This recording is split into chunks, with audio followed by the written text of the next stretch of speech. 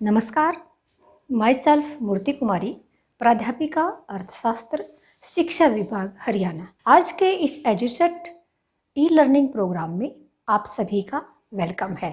प्यारे बच्चों, आज की कक्षा 11th की अर्थशास्त्र की हमारी ये पहली क्लास है और इस कक्षा में आपकी जो पहली बुक है उसके पहले लेसन के ऊपर हम चर्चा करेंगे और जिसका मुख्य विषय है अर्थशास्त्र में सांख्यिकी। अर्थशास्त्र में सांख्यिकी एक परिचय, economics and statistics and introduction. Dear students, आज का हमारा ये जो व्याख्यान है इसका उपविषय रहेगा अर्थशास्त्र क्या है, क्योंकि आपने अर्थशास्त्र विषय को अपनाया है और अर्थशास्त्र के बारे में जानकारी प्राप्त करना आपका अधिकार है। सबसे पहले अर्थशास्त्र का अध्ययन करने से पहले आपको पता होना चाहिए कि अर्थशास्त्र क्या है, हम अर्थशास्त्र का अध्ययन क्यों करें, हमें अर्थशास्त्र में क्या पढ़ाया जाता है, आर्थिक क्रियाएं क्या हैं और गैर आर्थिक क्रियाएं क्या हैं। इसके साथ साथ अर्थशास्त्र में सांख्यिकी क्यों जरूरी है, सांख्यिकी क्या है और सांख्यिकी की विशेषताएं क्या हैं, इन सभी बिंदुओं पर हम प्रकाश डालेंगे। सबसे पहले अर्थशास्त्र क्या है।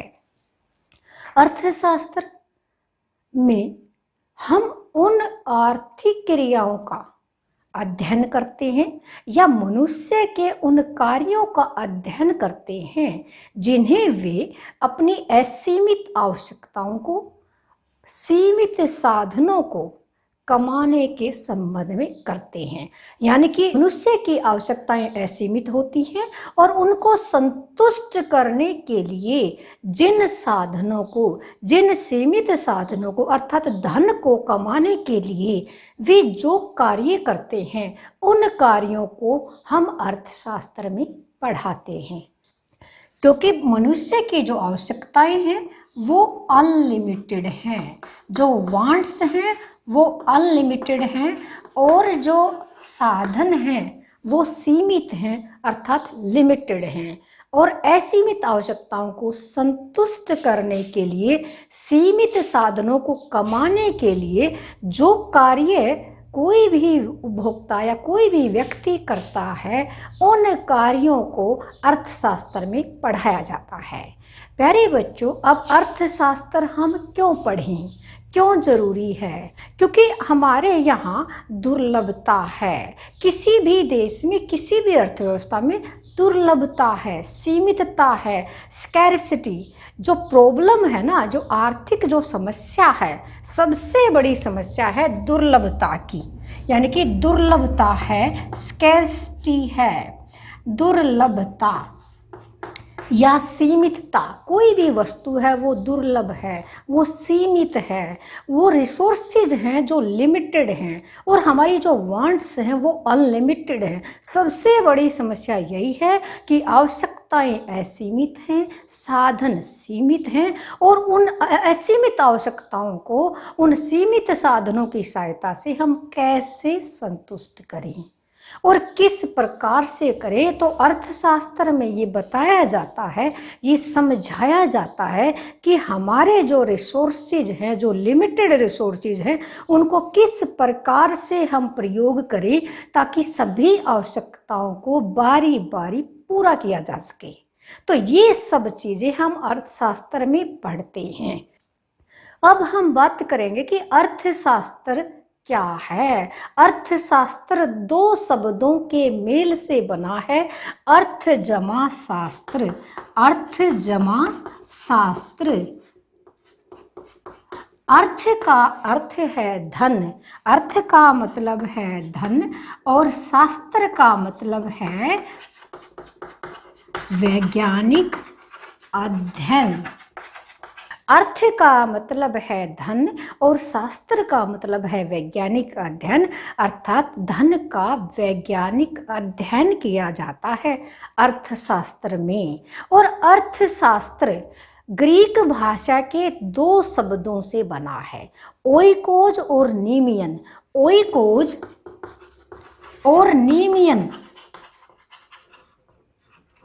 क्योंकि अर्थशास्त्र को इंग्लिश में इकोनॉमिक्स कहा जाता है, और जो इकोनॉमिक्स जो शब्द है वो दो शब्दों से, ग्रीक भाषा के ओइकोज और नीमियन से बना है। ओइकोज का अर्थ है घरेलू और नीमियन का अर्थ है प्रबंध।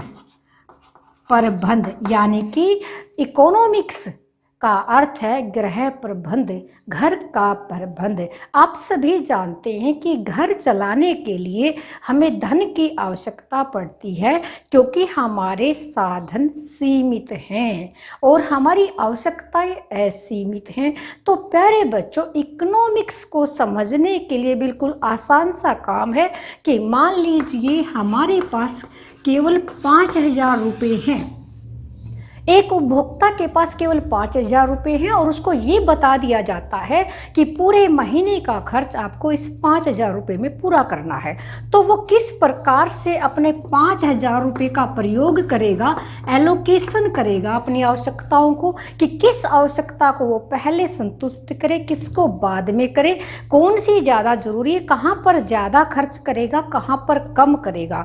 तो ये सब क्या है, ये हमें क्या सिखाता है कि अर्थशास्त्र में ये चीज़ें पढ़ाई जाती हैं कि अपने सीमित संसाधनों को हम किस प्रकार से यूज करें ताकि हमारी सभी आवश्यकताओं को सही तरीके से पूरा किया जा सके।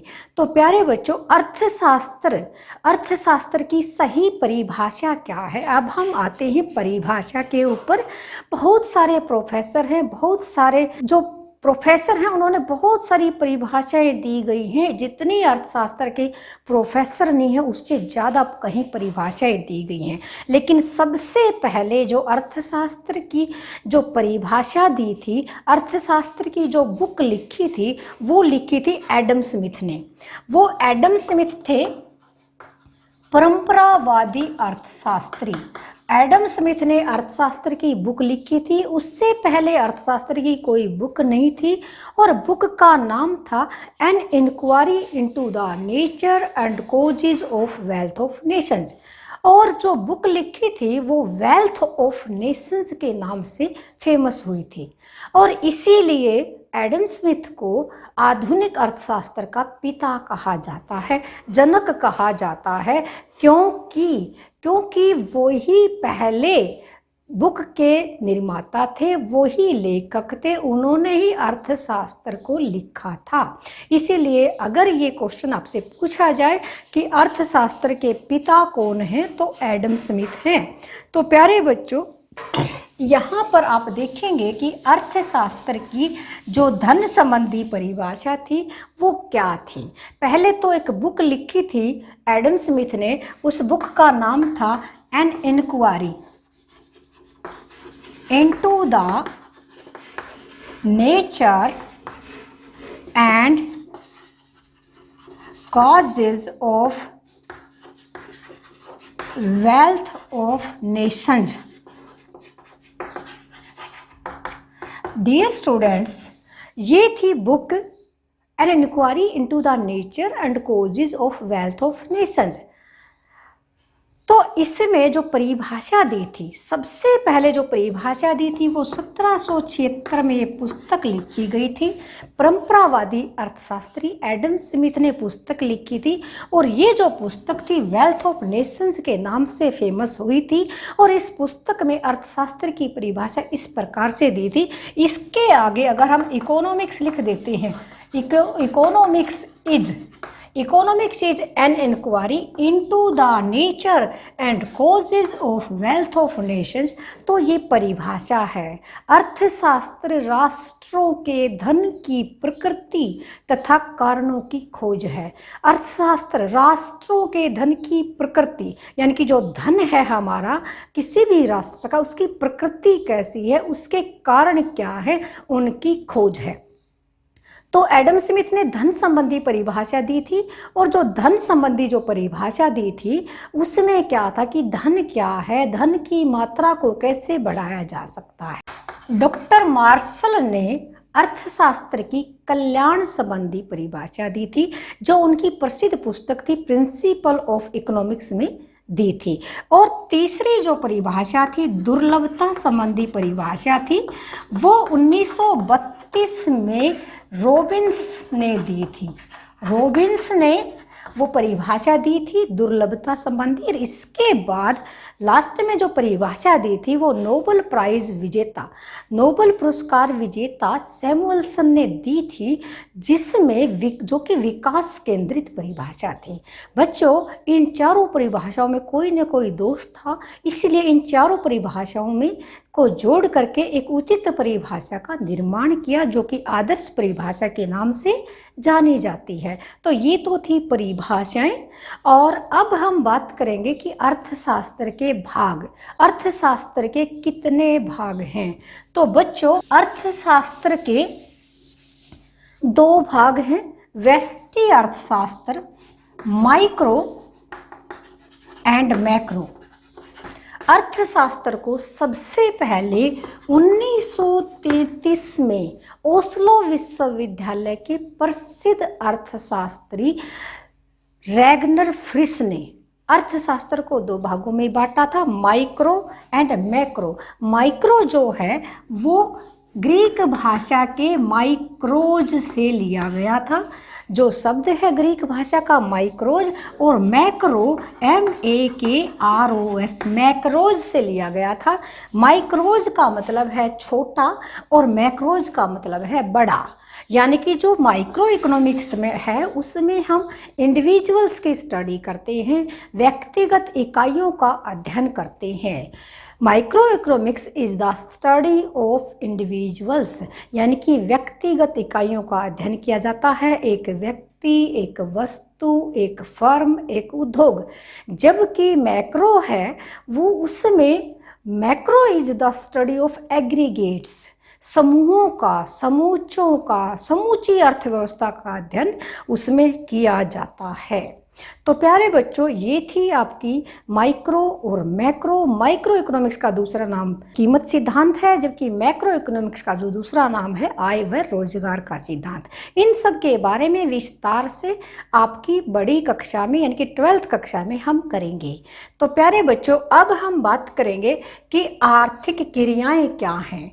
आर्थिक क्रियाएं वे क्रियाएं हैं जो धन से संबंधित होती हैं, जिनमें दुर्लभता है, जिनका कोई मूल्य होता है, वो आर्थिक क्रियाएं कहलाती हैं। और जो धन से संबंधित क्रियाएं नहीं होती हैं, जिनका कोई मूल्य नहीं होता है, वो गैर आर्थिक क्रियाएं कहलाती हैं। अब हम बात करेंगे कि आर्थिक क्रियाएं, मुख्य आर्थिक क्रियाएं कौन सी हैं। देखो बच्चों, वैसे तो उपभोग, उत्पादन और वितरण, ये 3 आर्थिक घटक हैं अर्थशास्त्र के जो मुख्य घटक हैं। इसके साथ साथ बचत और निवेश भी आर्थिक क्रिया है।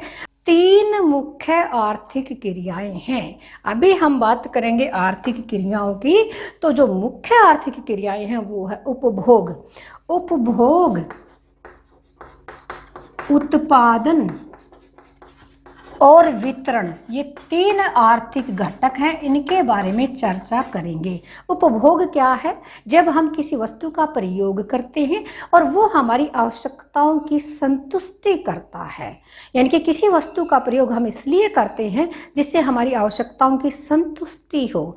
तो एक उपभोक्ता है, उसको क्या करना है, क्योंकि उसका जो धन है, क्योंकि उत्पादक का मुख्य उद्देश्य होता है लाभ अधिकतम करना और उपभोक्ता का मुख्य उद्देश्य होता है संतुष्टि अधिकतम करना। इसी प्रकार से तीसरी क्रिया है वितरण, डिस्ट्रीब्यूशन, एलोकेशन ऑफ रिसोर्सेज। बच्चों, हमारे पास 4 उत्पादन के साधन हैं और वो कौन से हैं? भूमि, पूंजी, श्रम और उद्यम कर, उद्यम वृत्ति या उद्यम। तो ये 4 उत्पादन के साधन हैं। इनके बदले में, काम के बदले में पुरस्कार मिलता है। भूमि के बदले में लगान, पूंजी के बदले में ब्याज, श्रमिकों को मजदूरी और उद्यमी को लाभ प्राप्त होता है। तो वो कैसे बांटा जाता है ये भी हम इसमें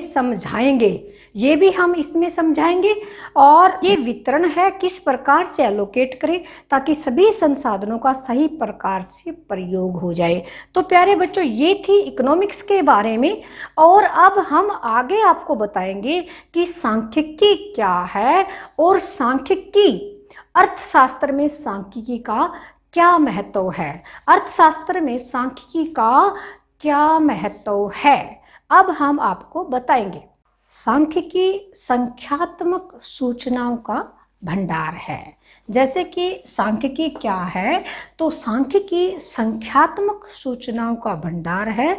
सांख्यिकी का अर्थ है संख्यात्मक सूचना, यानी कि जो परिमाणात्मक तथ्य, फैक्ट, न्यूमेरिकल जो फैक्ट हैं वो है सांख्यिकी, यानी कि डेटा।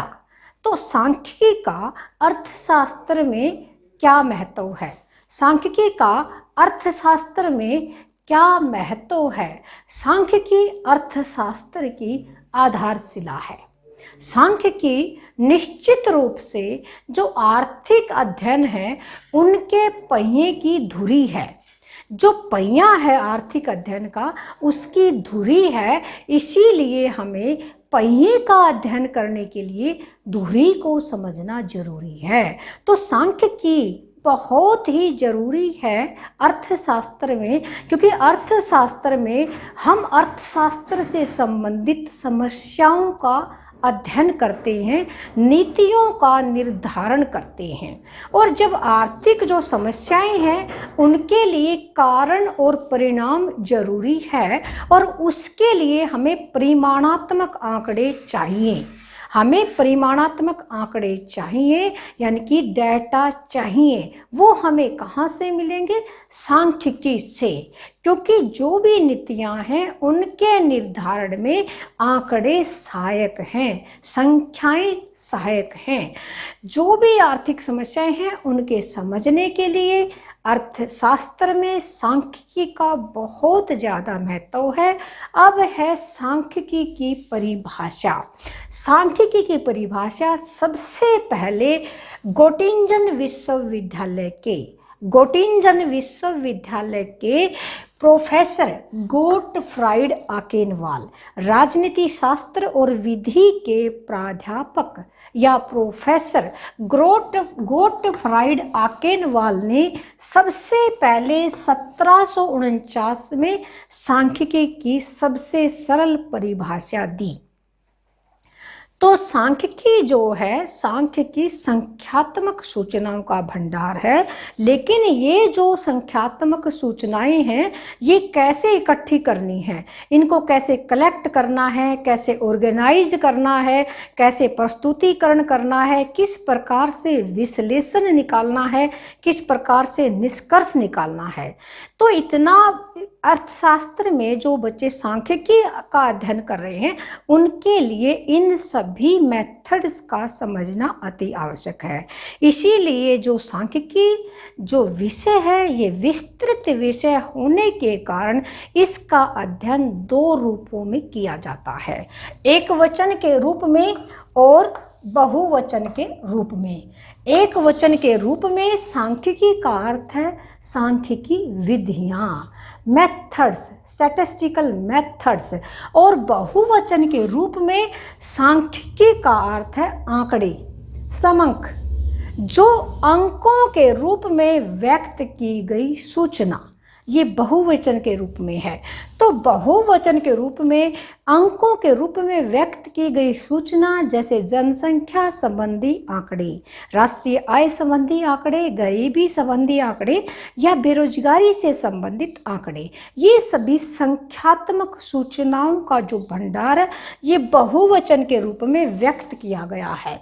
अब बहुवचन के रूप में सांख्यिकी की विशेषताएं क्या हैं? सांख्यिकी की विशेषताएं निम्नलिखित हैं। पहली है तथ्यों के समूह। जो तथ्यों के समूह, पहली जो विशेषता है इसका मतलब aggregates of fact. Aggregates of fact यानी कि अकेली संख्या सांख्यिकी नहीं हो सकती। अकेली संख्या सांख्यिकी नहीं हो सकती। दो या दो से ज़्यादा संख्याएं जिनमें तुलना की जा सके, जिनका औसत निकाला जा सके, वो सांख्यिकी कहलाती है। जैसे अगर हम एक एग्जाम्पल लेते हैं कि गाय की 4 टांगे हैं, गाय की 4 टांगे हैं, ये सांख्यिकी नहीं है। मेरे पास 100 रुपये हैं, ये सांख्यिकी नहीं है क्योंकि ये अकेली संख्या है। अगर मैं ये कहूँ कमला के पास 100 रुपये हैं और बिमला के पास 200 रुपये हैं, तो ये सांख्यिकी कहलाएगी क्योंकि बिमला के पास कमला की अपेक्षा ज़्यादा रुपये हैं, वो उससे ज़्यादा रिच है, तो ये सांख्यिकी कहलाएगी। तो प्यारे बच्चों, अगर मैं कहूँ कि भारत की जनसंख्या 2011 के अनुसार 121 करोड़ थी और 2021 में लगभग 135 करोड़ है, तो ये सांख्यिकी कहलाएगी। तो यानी कि 2 या 2 से ज़्यादा यानी कि समूहों का, इसीलिए इसका नाम दिया गया बहुवचन के रूप में। अकेली संख्या सांख्यिकी नहीं कहलाएगी। दूसरी जो विशेषता है संख्याओं में व्यक्त, अगर मैं कहूँ ईमानदार, बेईमान, छोटा, बड़ा, गरीब, अमीर, तो ये सांख्यिकी नहीं कहलाएगी क्योंकि सांख्यिकी को तो संख्याओं में व्यक्त किया जाता है। अगर मैं ये कहूँ सचिन तेंदुलकर का कद छोटा है, तो ये सांख्यिकी नहीं कहलाएगी। अगर मैं ये कहूँ कि सचिन का जो कद है 5 फुट 4 इंच है और अमिताभ बच्चन का जो कद है 6 फुट 3 इंच है, तो ये सांख्यिकी कहलाएगी। तो इन दोनों में हम तुलना कर सकते हैं, इसीलिए ये सांख्यिकी कहलाएगी। तीसरी विशेषता है अनेक कारणों से प्रभावित। जो आंकड़े हैं जो हम इकट्ठे करते हैं, कलेक्शन ऑफ डाटा करते हैं, वो अनेक कारणों से प्रभावित होने चाहिए, क्योंकि अगर एक कारण से कोई भी आंकड़ा प्रभावित होता है तो उस एक कारण को हम दूर कर देंगे तो वो आंकड़े सामान्य हो जाएंगे। इसीलिए अनेक कारणों से प्रभावित होने चाहिए, जैसे वस्तुओं के मूल्यों में वृद्धि। केवल वस्तुओं के जो मूल्य में वृद्धि है उसके अनेक कारण हो सकते हैं, जैसे श्रमिकों की मजदूरी में वृद्धि, करों में वृद्धि, कच्चे माल की लागत में वृद्धि। तो इस प्रकार से अनेक कारणों से जो प्रभावित आंकड़े हैं वो ही सांख्यिकी कहलाएगी। अगला है उचित मात्रा में शुद्धता। जो भी हम आंकड़े इकट्ठे करते हैं तो उनमें क्या होनी चाहिए, उचित मात्रा में शुद्धता होनी चाहिए। जिस उद्देश्य के लिए इकट्ठे किए जाते हैं वहीं पर प्रयोग किए जाने चाहिए। उन आंकड़ों की प्रकृति, उनका उद्देश्य, उनका आकार अनुसंधान के उद्देश्य के अनुसार होने चाहिए। अगली विशेषता एक दूसरे से संबंधित रूप में होने चाहिए। किनका, आंकड़ों का। जैसे मान लीजिए आप कक्षा 11 के विद्यार्थी हो और आपकी कक्षा के कुछ बच्चों के आंकड़े हमने इकट्ठे किए। अगर हम इस प्रकार से आंकड़े इकट्ठे करते हैं कि पूरी कक्षा के बच्चों की आयु के आंकड़े इकट्ठे करते हैं, तो सभी बच्चों की आयु से संबंधित आंकड़े होने चाहिए। ऐसा नहीं होना चाहिए कि एक बच्चे की आयु और दूसरे की लंबाई और तीसरे का वजन, इनमें कोई संबंध नहीं है। तो इस प्रकार से तुलना करना आसान नहीं होता, इसीलिए ये ठीक नहीं है, ये सांख्यिकी नहीं है। अगर सभी बच्चों की लंबाई, सभी बच्चों का वजन, सभी बच्चों की यहाँ पर आयु के बारे में बात करेंगे तो वो एक दूसरे से संबंधित होंगे। नेक्स्ट है हमारी जो विशेषता है छठी, पूर्व निश्चित उद्देश्य। जब हम आंकड़ों को एकत्रित करते हैं तो हमारा उद्देश्य निश्चित होना चाहिए कि हमें किस के लिए ये आंकड़े इकट्ठे कर रहे हैं और कहाँ पर इनका प्रयोग करना है। पूर्व निश्चित उद्देश्य होना चाहिए।